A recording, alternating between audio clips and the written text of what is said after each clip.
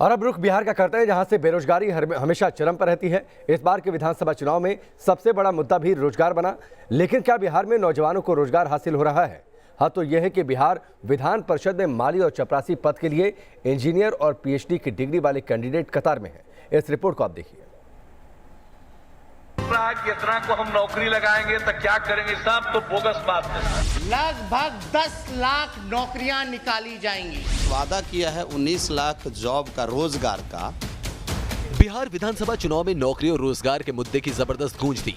करीब सभी पार्टियों ने बिहार के नौजवानों के लिए लाखों लाख नौकरियों का वादा किया था। लेकिन क्या बिहार की नौजवान आबादी का एक अदद नौकरी पाने का सपना पूरा हो सकेगा? जरा इस भीड़ पर निगाह दौड़ाइए। ये बिहार के वो बेरोजगार नौजवान हैं जो एक अदद नौकरी के लिए उमड़ पड़े हैं। बिहार के चुनाव में इस बार रोजगार मुद्दा रहा, मगर बेरोजगारी की इस तस्वीर आप देखेंगे तो आप सहम जाएंगे। जी हाँ, नेता भले रोजगार की बात करते हो, मगर मेरे पीछे जो पंक्ति लगी है, बिहार विधान परिषद में नौकरी के लिए पंक्ति है। और जो पद हैं वो चपरासी के हैं, गार्डनर के हैं, स्वीपर के हैं।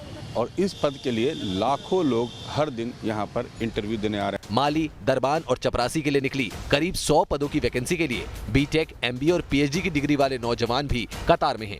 पीजी बीएड की है, बीएड है, लेकिन फिर भी कहीं नौकरी नहीं मिला। तो लास्ट में कहीं नौकरी नहीं मिले तो कम से कम विधान परिषद में ट्राई कर रहे हैं।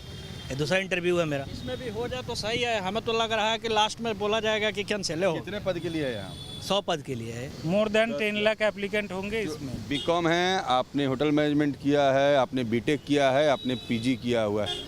ये तमाम लोग, ये हर दिन ऐसी लंबी कतार लगती है जो कि कतार कभी खत्म नहीं होती। ऐसा लगता है कि लड़के आते जाते हैं, वेट करते जाते हैं।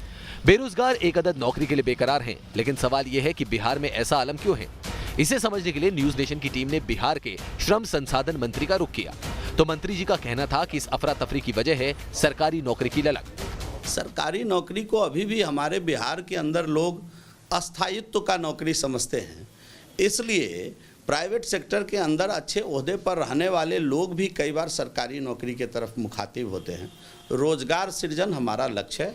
हम रोजगार लेकर आ रहे हैं और जो हम लोगों ने वादा किया है, समय से पहले उस वादा को पूरा करेंगे। पूरा 20 लाख रोजगार, 19 लाख रोजगार बिहार के अंदर लाएंगे। हालांकि रोजगार के मुद्दे पर विपक्ष के सीधे टारगेट पर है बिहार सरकार। कांग्रेस का आरोप है कि नीतीश सरकार में युवाओं की दुर्गति का सबूत है बेरोजगारों की भीड़। बीटेक एमटेक का लड़का अगर अब माली और गार्डनर का काम करने के लिए तैयार है, 4th ग्रेड का काम करने, चाय पहुंचाने या चाय कप प्लेट धोने के लिए तैयार है, मैं समझता हूँ ये स्थिति भयावह है। और मैं समझता हूँ इसके लिए वो लोग दोषी हैं जो सरकार में लगातार बने रहे हैं और जिन्होंने रोजगार सृजन के कोई उपाय नहीं किए। बिहार में बेरोजगारी का आलम यह है कि बड़ी बड़ी डिग्रियां सिर्फ दीवारों की शोभा बढ़ाने में काम आ रही हैं और इन डिग्री और सर्टिफिकेट को रखने वाले नौजवान नौकरियों के लिए सड़कों की धूल फांक रहे हैं।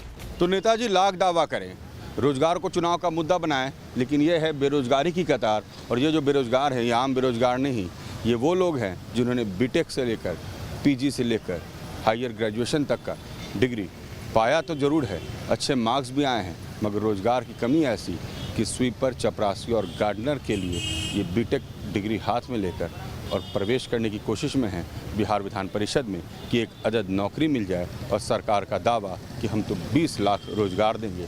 आखिर ये बेरोजगार जाएं तो जाएं कहाँ? वीडियो जर्नलिस्ट सत्येंद्र के साथ रजनीश सिन्हा, न्यूज़ नेशन, पटना।